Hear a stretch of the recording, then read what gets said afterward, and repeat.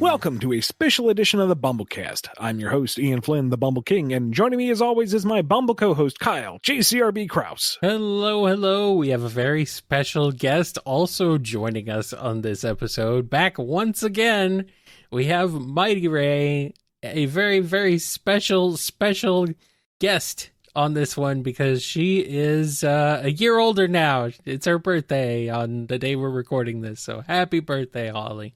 Cute. Oh, I think Discord cut out on Holly, you. let's go. Of course it did. Uh-huh. Can't help itself. I'm seeing so many birthday gifs. This is just so cool. My face is literally grinning right now. You should be happy on your birthday. You should be. Absolutely. Be happy. Are we ready for shenanigans? Rarely, I waffle but on about stuff. I like shenanigans. As you said before we got started, you can plan all you want, but then life happens. Yeah. Uh-huh. So, first thing on the birthday agenda thing is I just want to give a giant shout out to everyone in the Bumble King Discord server. In November, my grandma passed away on Halloween, and during this time, my brain decided to try and pull a sneaky maneuver. So I know some people with depression will understand this. Sometimes your brain, when it doesn't get enough sweet serotonin or whatever, immediate lovely thoughts or something, it likes to pull the, oh, you're not getting enough attention or love or whatever. Oh, poor baby. Hey, I have a great idea for you. And then, horrifying negative thoughts escalate to the point of absolute absurdity. So I had to, for my sake and also the server, so I didn't end up being a complete train wreck, I decided, yeah, we're not doing this, and took a little Sabbath. Mm-hmm. And when I came back, I was just inundated with, oh my god, you're back, welcome back, this is so good to see you again. And I'm like, wow, I didn't realize so many people were happy to see me. I was genuinely taken aback and was really surprised by so much support. So from the bottom of my heart, thank you to everyone who was welcoming me back or leaves me little emotes on my art and likes to talk to me on occasion and that. It really means a lot to me as someone who struggles with basic communication skills and, the whole isolation experience and all that jazz. So thank you so much for making this weirdo feel safe at home, I guess. A home away from home, you could say. Thank you. So that's my little, yay, saturine, sappy thing out of the way. Yay. Thank you so much. It's a good note to start on, and good on you for recognizing when you needed time to take a break and get things in order. Yeah, unfortunately, I wish I'd learnt that lesson earlier, but my brain is a very weird little thing. Like, anytime someone tells me to think happy thoughts when I'm really depressed, it likes to see that as a challenge and try and escalate things. It's like, look, we understand that they mean well and it was not the best thing to say, but please don't make me see horrifying, violent thoughts. I don't need to see that. Thank you. No, please. No. It's not. Good brain. Mm-hmm. No. Thank you. So, well, we're happy to have you in the Discord server and everything. I'm glad you came back personally. I was like, I speaking for myself, we did miss you. So glad you came back. So now to another little weird thing. Yeah. I recently tried a food product, so I just want to warn folks who may like spicy food, but think, oh, this will be just something nice and easy to eat. If you see a brand, it's a South Korean brand called Bulldog, I think. The mascot is a chicken that usually breathes fire. If you see a black label of that product, whether it be their noodles or their totogi or anything like that, please be careful, because this stuff does not play around. It does not. You may think, oh, I've had spicy food at my local Korean restaurant or my Chinese restaurant. I know the basic profile of Sichuan. I'm okay. Oh, honey, the black label is there for a good reason. It's to warn you that the spice level is high. And when I say high, it literally burns the back of your throat and does not let up. And no amount of milk will quench it. I kid you not. I nearly drank 250 milliliters of milk just for one little tub of black label totogi. Do not underestimate the spice level of these things. They will humble you. It is a very humbling experience. Aside from ingesting the napalm, was it good? It had mild chicken flavor when I was not guzzling down milk and struggling to not feel like I was going to breathe fire. It did say that there was a chicken flavor to it, and the rice cakes were as chewy and delightful as ever. But yeah, do not eat it unless you have very good experience with spice. If you have little to no, avoid it at all costs, or otherwise you will be humbled. As the Iron Sheik says, he will break your back and make you humble, and so will these things. Yeah, the Iron Sheik will also say a few other things that we probably shouldn't repeat on this show. Oh, yes, absolutely. And most of those will be slurs, so we'll just leave it as that. Yes. When tackling the spicy food, and I ask legitimately because I don't have experience with this, my threshold for spice is laughably low. Yeah. There's milk and what else? Bread, I think I've heard, is good for taking the oils away and pushing them through the system. I eat rice. Rice sometimes helps. Usually when I go to my local Korean restaurant, they also serve you pickled radish in kimchi alongside your main meal. And the rice helps it go down faster. And the pickled radish is also a nice palate cleanser, so you can eat more. The kimchi, even though it's also pretty spicy, it's served cold, so it also mellows it out, surprisingly. It's a cold burn. Yeah. Yeah. It's still spicy. Freezer burn. But it's not like, oh god, what have I done? I used to not even be able to handle that when I first started eating at my local Korean restaurant, and now it's like, oh, sweet kimchi, come to mama. Come here. Ah, delicious. Tortilla chips also help. I think most chips in general, but that's why they give you tortilla chips to go with salsa at Mexican restaurants. Oh, I thought it was just because the spicy and the salty went together. And well, also that. Scoopable in shape. It's both, but yes. See, I would think the salt would just make it worse. The salt and the grease. Nope. Makes it delicious is what it does. Well, I'll take your word for it. People want to see you on Hot Ones now, Ian. Sure. Danger. That'll be my last performance ever. I think it'll be the last thing you do. I will say this. I will say this. If they really run out of celebrity talent and are scraping the bottom of the barrel and they call me onto the show, yeah, I will do my darndest to get through the wings. I may be incoherent by the end, but I'm not going to tap out. You have to go through the wings. You have to. Now this DJ Khaled, I never give up except when I do, or Gordon Ramsay, I'm just going to take a nibble and then wash my mouth out. No, you're there to eat the wings and hurt yourself for other people's enjoyment. Yeah. Do it. Yeah. Who the heck goes on there just to be like, yeah, I'm just going to have a little tiny nibble. People want to see you retch. They want to see you vomit. They want to hear you complain about bowel movements. They want pain. It's Schadenfreude with product placement. Yeah. Yep. What else do you got for us, Holly?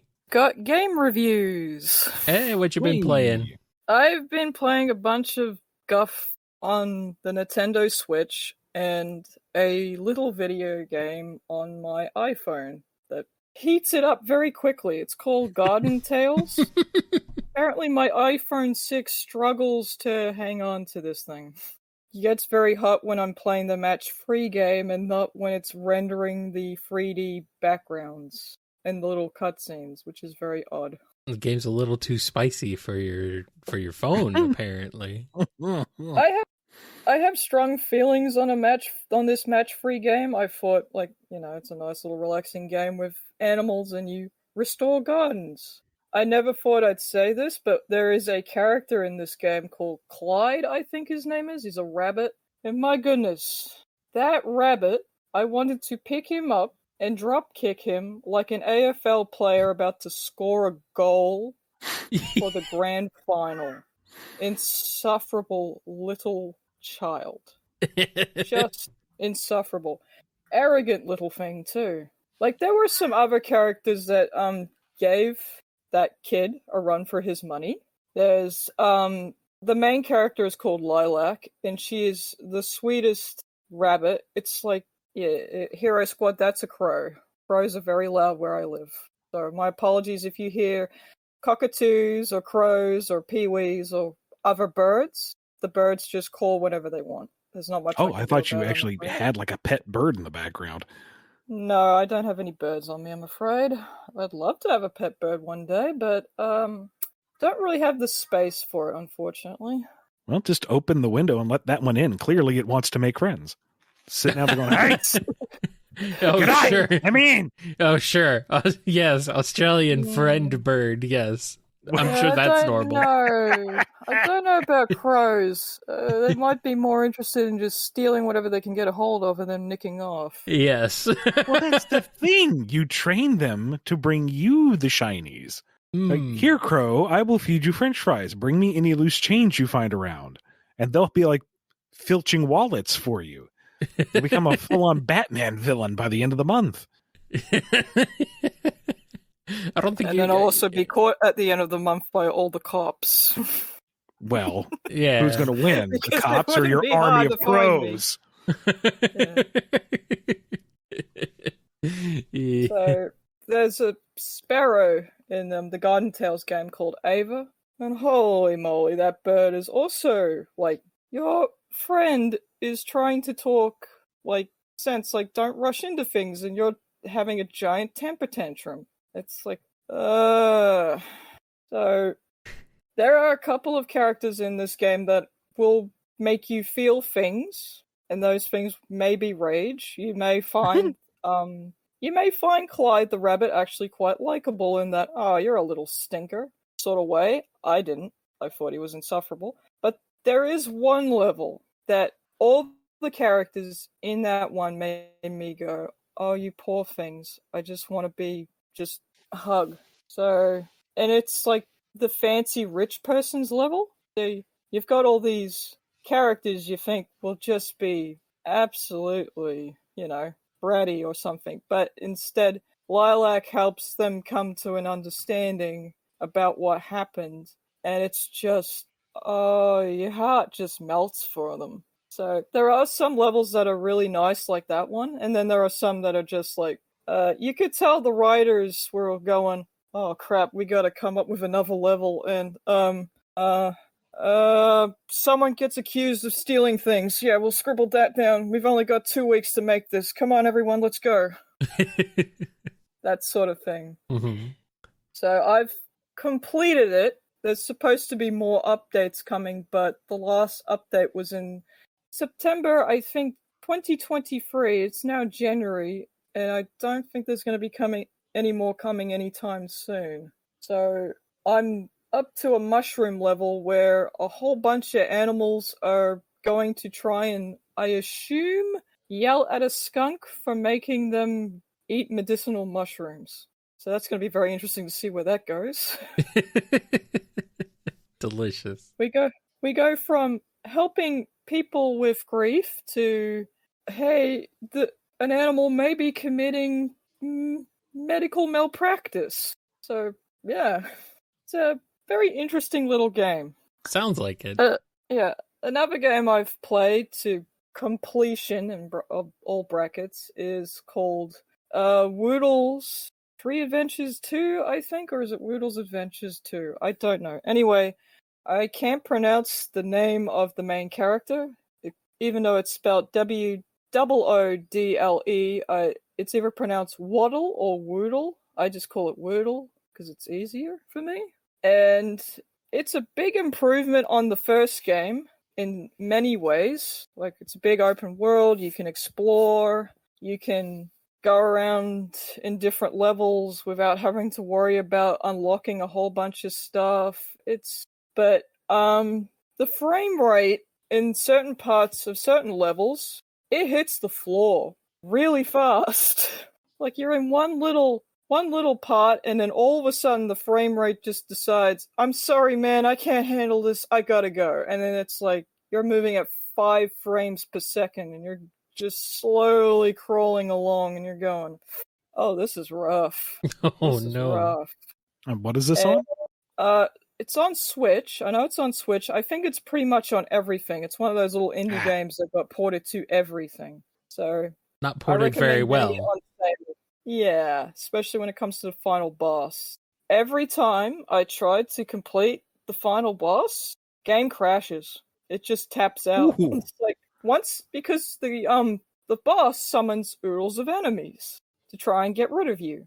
And once the game summons more than like about 5 to 10 enemies, or you do an attack super fast to try and get rid of some of them, the game goes, I'm sorry, man, I can't handle this anymore, and it just crashes. It just tanks, and I get an error message on my Switch, and it says, oh, sorry, you gotta reset your Switch. So I just decided, you know what? It's a fun little game.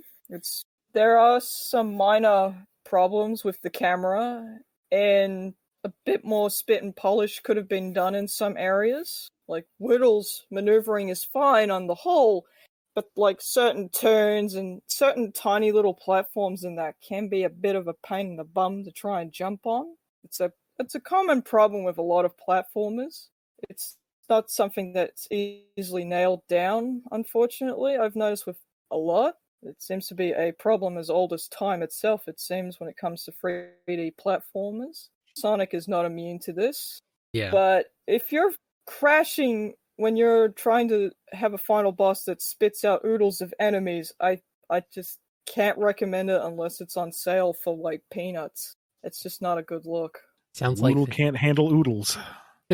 No, it can't. It cannot handle oodles. Sounds like they didn't test it at all. No. Ouch. Woodle 1 isn't too bad, but the problem is, its big problem is its camera. It's at some points you can fiddle with it to get it to a nice position to maneuver, and then sometimes it's just like an absolute pain in the bum to just move, because it'll just go zip, zip, zip. No, and it makes trying to do like tight cornering or certain jumps an absolute pain in the bum. There was one jump I kept diving off over and over and over and over again. Like, I'd jump right at the very edge, still fall. Jump a little bit behind, still fall. Jump, double jump, in the middle of the air, still fall. And only by sheer luck do I get across. And I'm like, no, that's not cool. Like, you shouldn't have jumps that require multiple trial and error, and then finally the game decides, oh yeah, I'll let you pass now. It's like, no. This is supposed to be what I gathered is a chill little game. It shouldn't be reminding me of Crash Bandicoot 1. Oh no. So, yeah, I completed that one. There's no bosses or anything in that one. It's just It is a very fast game to complete. Like, you can complete it, I think, an hour, 2 hours tops, but it's not super well optimized either. There are some bits where it just sort of has a bit of a hissy fit, and some of the levels don't play nice with Woodle's movement speed. He moves slow, that boy. That tree stump moves slow. So, Well, The Woodle waddles. yes, he does waddle.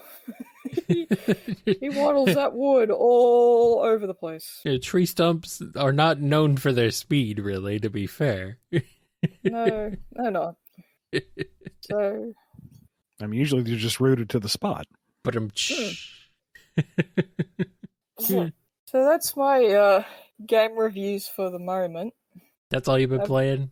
I've been playing a few other ones. I've completed Super Mario RPG on baby mode because I'm of the belief that if I'm going to play a game, I want to have a good time, not a long time. Yeah. Luckily, Mario RPG's not that long for an RPG, but...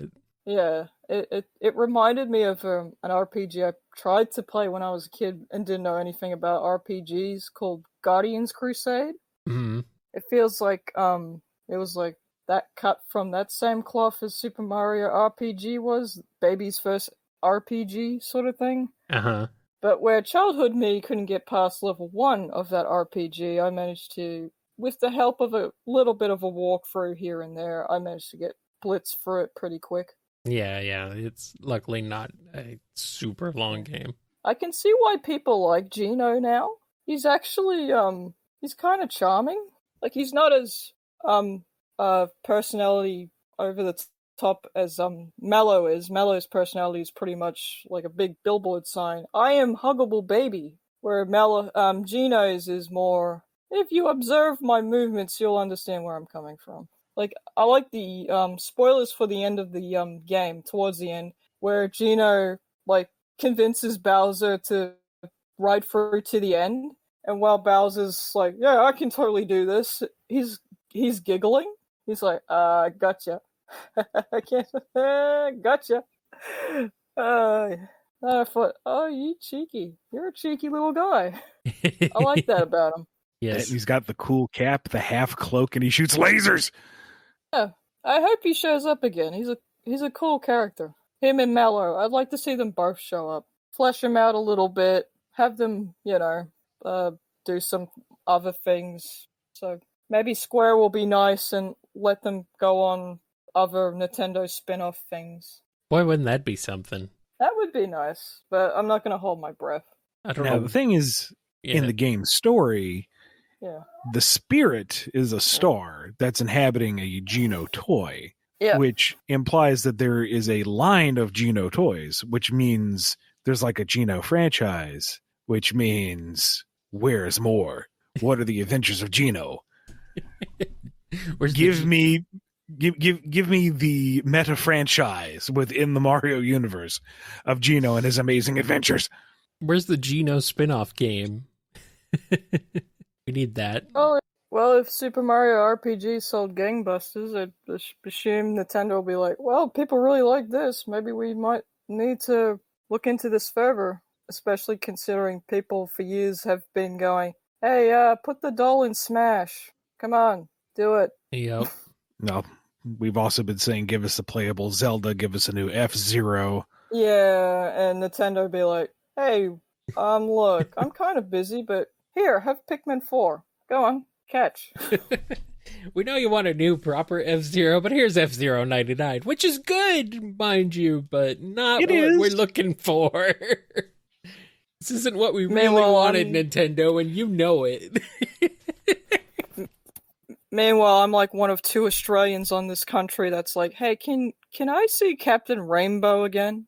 I know you're never going to release him to the West, but I'd like to see him in Smash as a trophy or something. That'd be cool. Yeah? Yeah? It's this trophy for Captain Rainbow? I'm kind of surprised he wasn't one. Oh, okay. I'm surprised he wasn't one. So, I mean, it's the same developers as Chibi Robo and stuff, so it's not like Nintendo doesn't have access to the IP Chibi or Robo anything. games, yeah.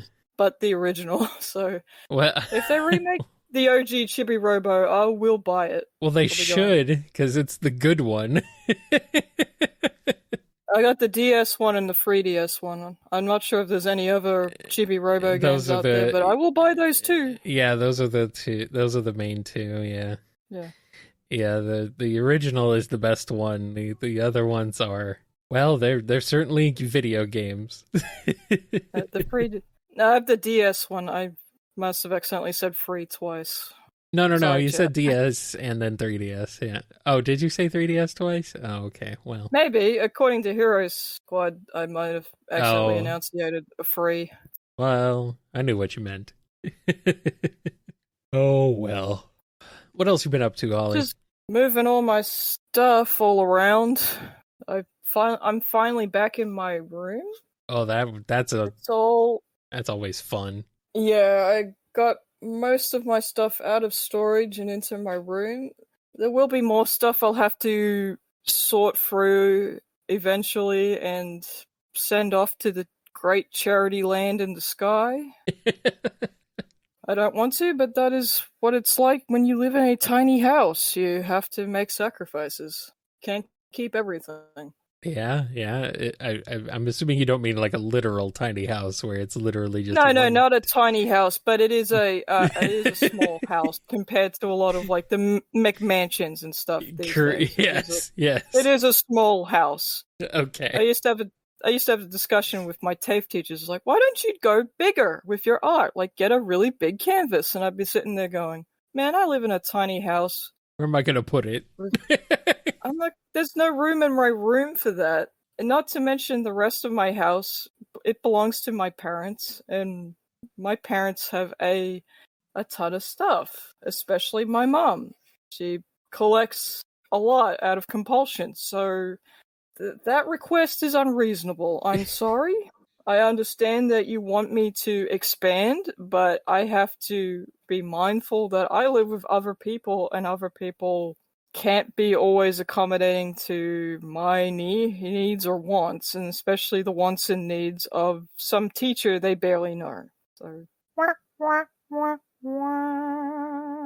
Rude. Time to get the Holly house for room for all your stuff. Oh, if only I had $1 million. Then I could have a holy house. But alas, that may never happen. Well, never say never, but you know. What is the Australian housing market like these days? Horrifying! I was gonna say, probably shouldn't be. It's like Canada's, but worse. I was gonna say, probably just about as bad as everywhere else.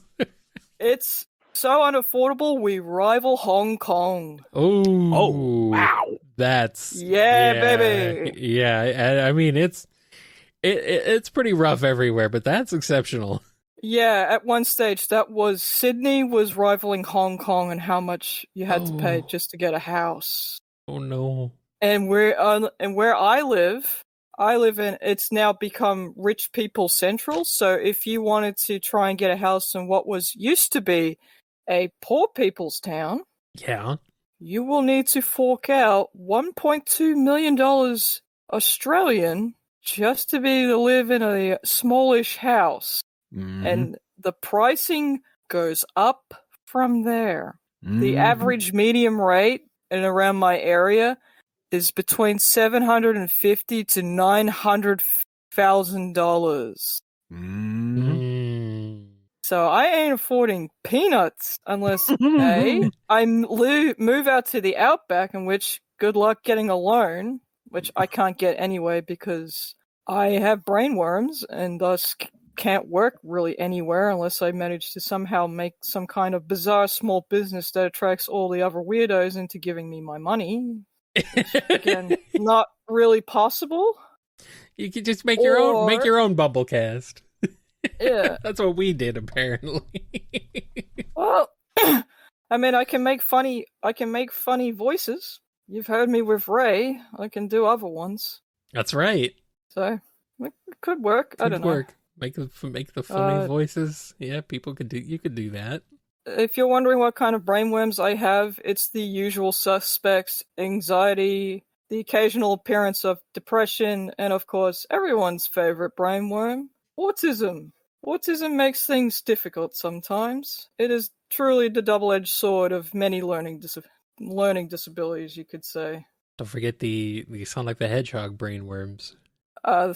Autism has already assimilated Sonic the Hedgehog into its programming. It spat Spyro and Rayman out for Sonic. It's like, well, since Activision and Ubisoft aren't doing anything with these guys, and we can't seem to find much information to assimilate, whoosh, whoosh, come here. You are now a part of my world. They're mine now.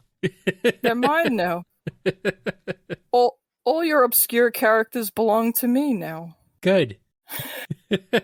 I'd rather you have them than most anyone else. I don't need those. You may get oddball ideas like that Silent Hill crossover thing. My mind was immediately going, oh, I can make that work. I could totally make that work. I have so many ideas. Oh, man.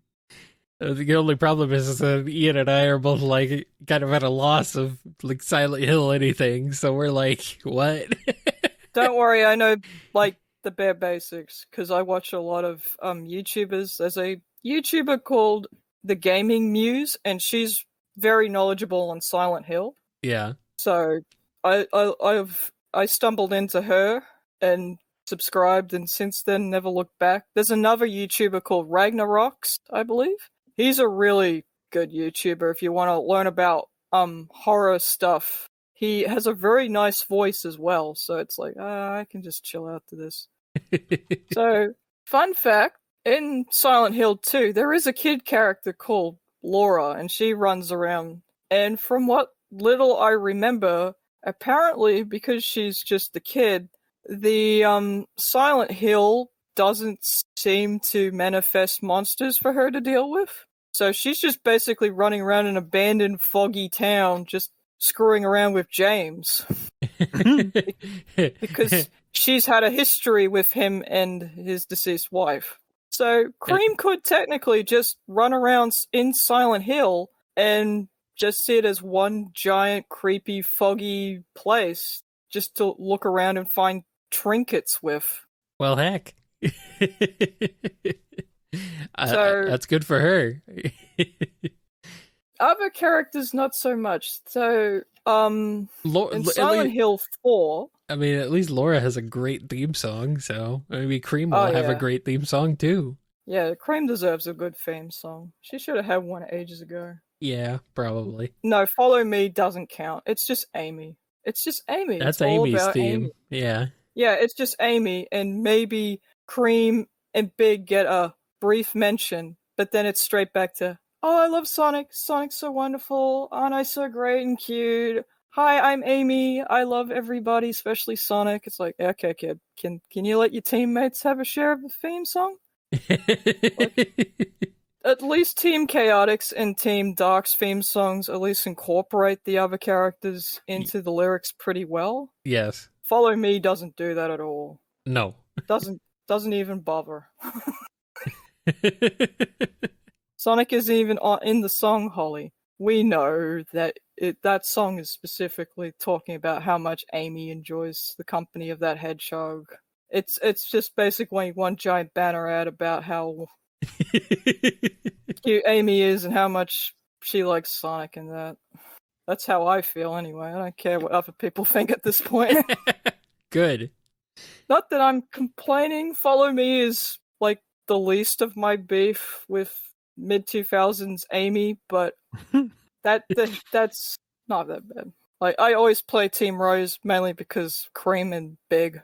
Mainly Cream. It's like, oh, Cream's in this game. I gotta have it. Cream is my friend, sort of thing. Yay, Cream. Yeah, Cream and Shadow used to be my favorite characters, and then Ray took over, and now he has never left ever since. She's just like... Occasionally Lumina gets to share the space, but then she has to head out, and then Ray just locks the door and peers out the window like, mine now, forever, and ever. I mean, I guess there's worse characters to be trapped in a locked room with. Until the brainworms get a hold of him, and then it's just like, oh god, no, not this again. He'll come back. I hate it when that happens. He'll come back. He'll be okay. Starline would be the worst, to be honest. I don't know. My depression tends to basically take villain characters and then eat them straight away. It's very weird. It's like, oh, you're a bad guy? Oh, you're a threat to my reign. Time to bring out the knives. Time to run. Oh no. Oh yeah. Cool. You love to have a cooked platypus for Thanksgiving. Yeah, he's. I don't know. He's maybe a little too. I think he'd be a little too tough. Yeah, it's illegal in Australia to hunt platypus, so Starline would be protected by Australian federal law. Well, Whether the Depression recognises Australian federal law is another thing entirely. he doesn't deserve to be protected by Australian federal law, that's for sure. Never mind the laws. He just has to wander out into nature. That'll take its course. Starline steps on a king brown snake, and that is that. And then it's over. This tiny blue-ringed octopus can't be that dead. Ooh, Oh, yes. no. I could see Starline doing that. Just be like, pathetic and weak it is. Look. And then it flashes its blue rings and then goes, Nip. He's like, it didn't even hurt. Wait, why do I suddenly feel like I can't breathe? And now he's off to the next adventure. Starline's isekai adventures end in Sydney and continue somewhere else. Who knows? So even though you don't necessarily have the space to work, are there any large or intermediate or any general art projects you're working on right now? Now I'm working on the thumbnail for this guest episode, and it's gone completely ham. I think it's one of the more detailed backgrounds I've ever done. If you've seen my art, you may notice that I don't tend to do backgrounds very much. And it's because it is, for me, very labor intensive. And because these days I've accepted that my drawing is going to be a hobby and not a career sort of thing, I just go sketch a picture, ink it, color it, post it, and go on from there like a weird little malfunctioning factory. So obviously everyone's seen all my Ray pictures, but I do draw other things aside from Ray, believe it or not. I do draw other weird little cartoons that no one's have ever heard of. I've seen them. They're delightful. But since it's my birthday, and since I'm coming back, I thought I need to go ham on this one. And at the start when I was trying to sketch it, I had a couple ideas. Like, for example, one of my slugs impersonates me. And is like, hi, I'm Golgotha, Holly, yeah. Please sign my disgusting piece of paper. And Kyle is the one getting the autograph because in the slug verse, infomercial people and radio, like podcasters, are seen as sources of great entertainment. Like conventional things like movies and comic books and that. Slugs don't really have the attention span for that, which is very weird because they can sit and watch a 2-hour infomercial where, Billy Mays or Anthony Sullivan or whoever jabbers on and on about the new product, and they're all like, wow, this movie's exciting. But if you put them down and make them watch The Matrix, they're just like, I saw this. No, you watched the trailer. This is the full movie. No, I saw this. They don't understand the concept of actual movies. Now, to be fair, Billy Mays is captivating. Oh, in the state of Slug, there is a statue dedicated to Billy Mays that is not vandalized. It is standing proudly, holding 2 slugs, and everyone looks at it fondly and then continues on with their day. The Slugverse. Yeah, slug lore has gone out of control. We have slug judges, slug bailiffs that eat the witnesses, and shady slug defense attorneys. That also eat the witnesses? No, they just look smug whenever a witness happens to get eaten by the bailiff. Oh, okay. There's a slimy lawyer joke in there, but I feel like that's low-hanging fruit. Yeah. Fun fact, though, most species of false slugs don't make slime. So if you pick one up, it just feels like you're holding or patting rubber. It's like, feels like rubber. Slugs drive slug bugs? No, but slug buses do exist. Good old slug buses.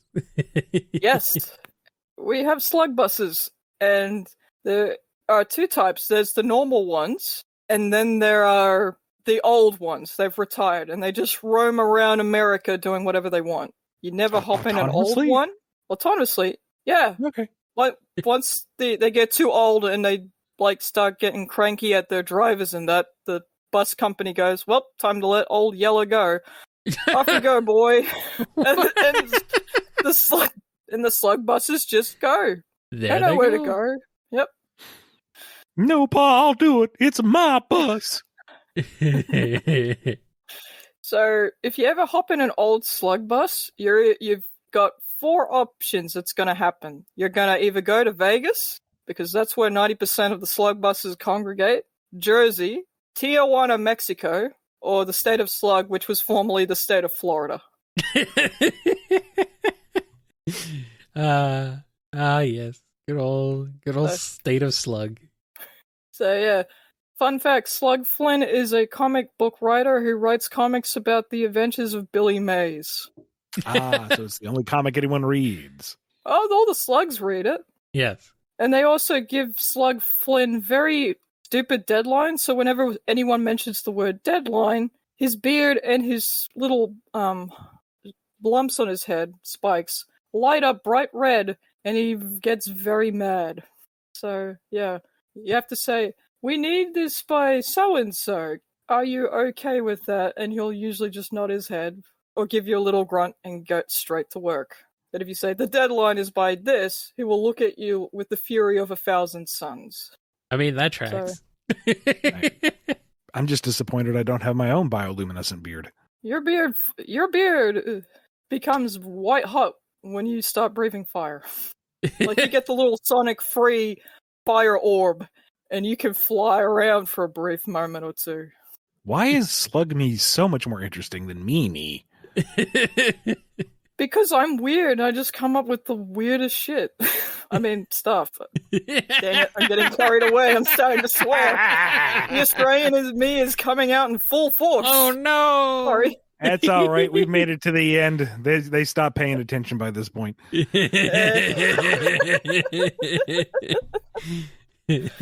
we censor this? One. I think they said something at the end. Whatever. It's an Australian. They swear all the time. There's no point. Yeah, you get one, at least one on YouTube. You know. Yeah. And we saved it for the very end for Holly. Happy birthday!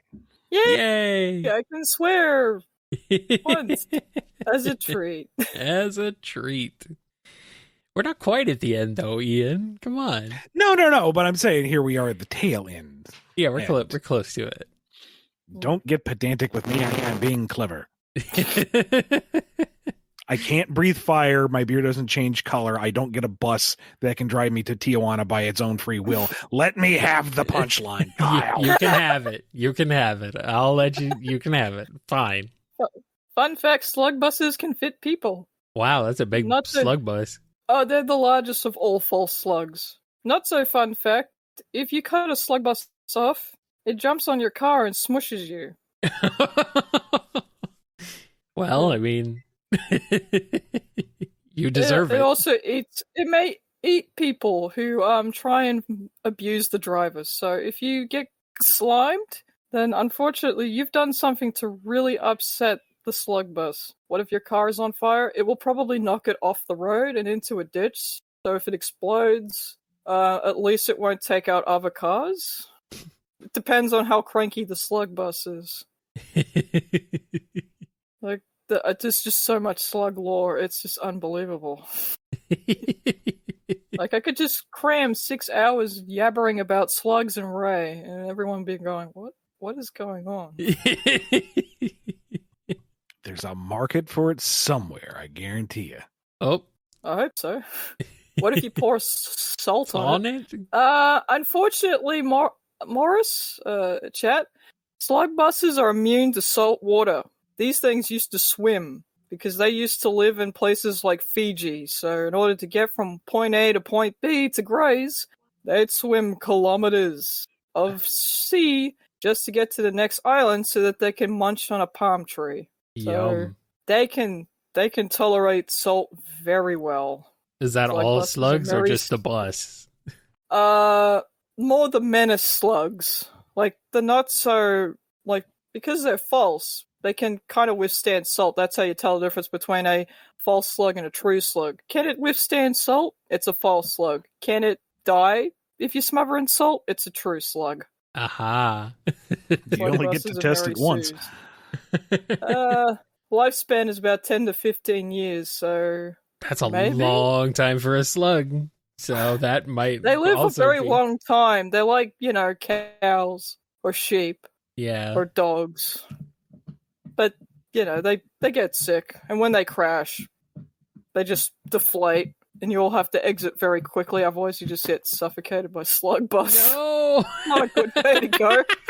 So if it's starting to show signs of, oh no, it's turning green, the driver immediately has to coax the bus to pull over and go, everyone out now! And you all run, leap out the windows or whatever, and then the slug just goes, deflates, and just keels over. So you have to basically get a big tow truck to come in, hoist the poor thing up, and then they put a tarp over it out of respect, and then they hoist it away. Then they take it away. Or just convicted of something and let the bailiffs take care of it. Golgothas get eaten by slug buses. Golgothas are only the second largest, and they're only like 3 to 5 meters long, whereas slug buses can get up to like 10. So, yeah. Like, I even made a law where there is an old slug bus that just trolls through New York doing whatever it wants. And whenever it sees a person being accosted by Golgothas because they love trash, the old slug bus just barges in, grabs the Golgotha with its mouth, and just drags it off. And the Golgotha's like, oh, okay, well, this is my life now, I guess. Bye, guys. Have fun without me. So, the toast. Do they eat cops? Well, if the cops are abusing the bus driver, yeah, they will. They will eat the cop.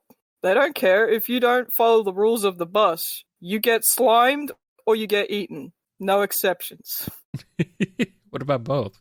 No, you can only get slimed if you get absorbed and then spat out through the slug's skin. Aha. So if the police person was standing in front of the slug and the slug is looking at the police person, he's screaming abuse at the driver, the slug will go, oh, you're an ass. Yummy. Delicious. So extra insurance is necessary if you wish to travel to the state of Slug. It's a dangerous place, but it is. Big cheeks everywhere.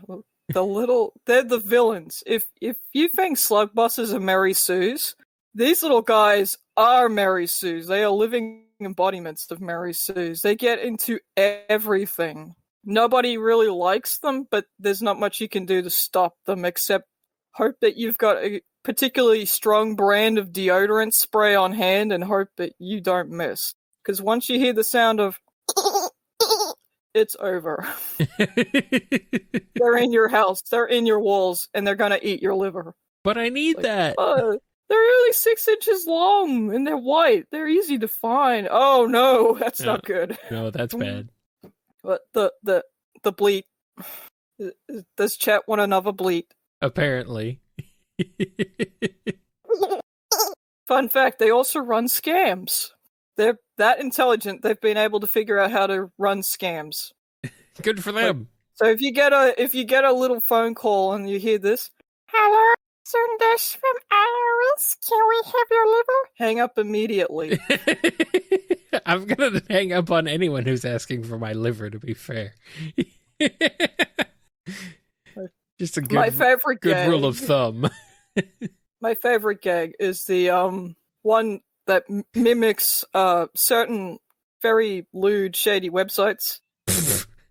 Instead of that, it's don't be stupid. Hot big chicks in your area looking for liver. Join today.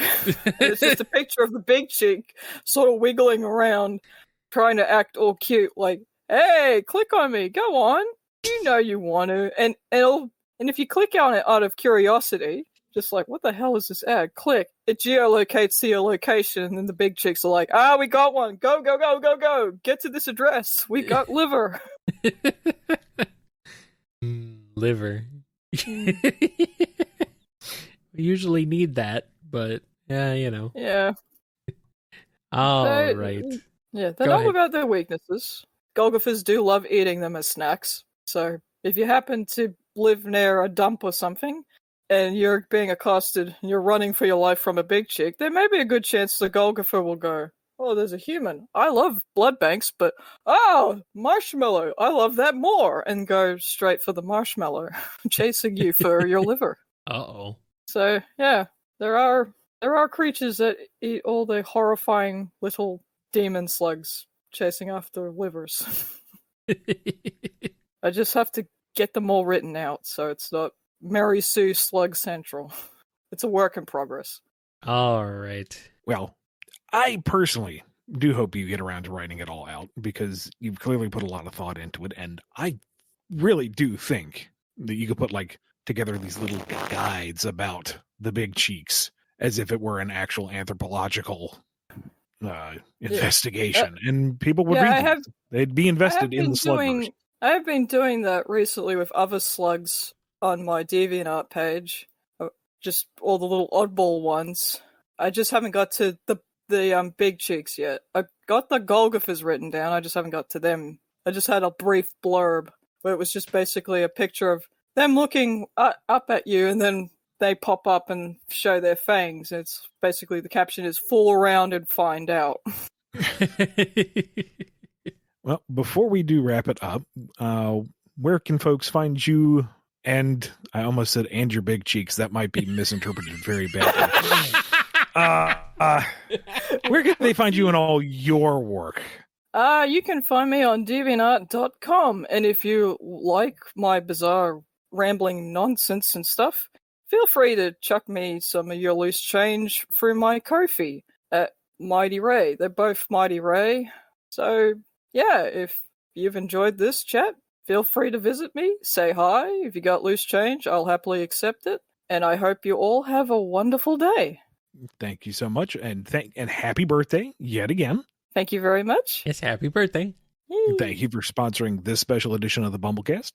And if you want to be cool like birthday MightyRay and have an episode of your own, head over to patreon.com/BumbleKast, Ko-fi.com/BumbleKast, or become a YouTube patron. No, member. There we go. Member. I almost said matron, and I'm sorry. I think the slugs have gotten to the liver, and I'm losing brain ability.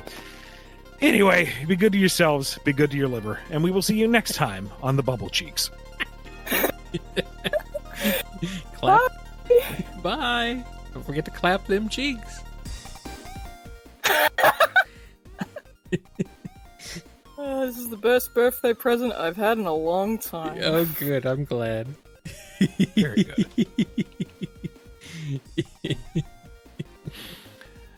Sorry to cut you off, but I need to bounce and take care of stuff here. I have adulting to do. But thank you again for joining us, and really, super happy birthday. I hope you have the best one ever. You're most welcome. Thank you so much, Mr. Flynn. Yep. Always. Thank you as always, Holly. Always fun to talk to you. You're most welcome. Night, everybody. Night. Good night. Da-da-da.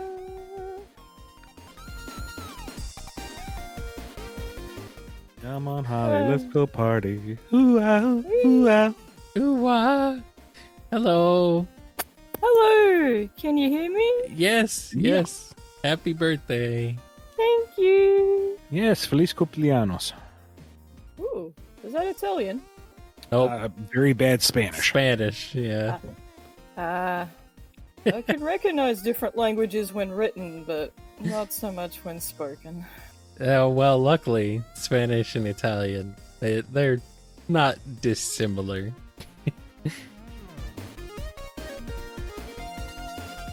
Anyway, how are you? I'm doing well on this fine day. That is my birth. This fine morning of like what, 2 a.m.? It's actually 9 a.m. where I am. 9 a.m. Okay. That's well, not that horrendous. That works. I don't know why I was thinking 2 a.m. It's like, you're way further ahead than that. Oh, man.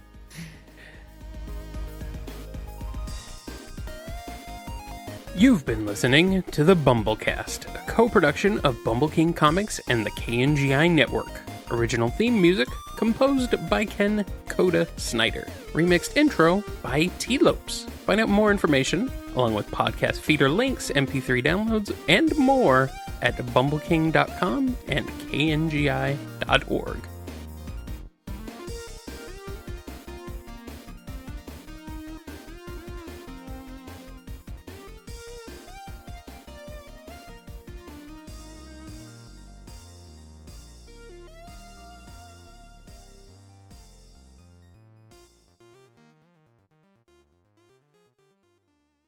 Well, are we ready to go start this party for real? Do you have an agenda, or is this just shooting the shit for an hour? My agenda is winging it, because every time I come up with a plan, reality says, "Oh, ain't that cute?" But it ain't happening. Amen.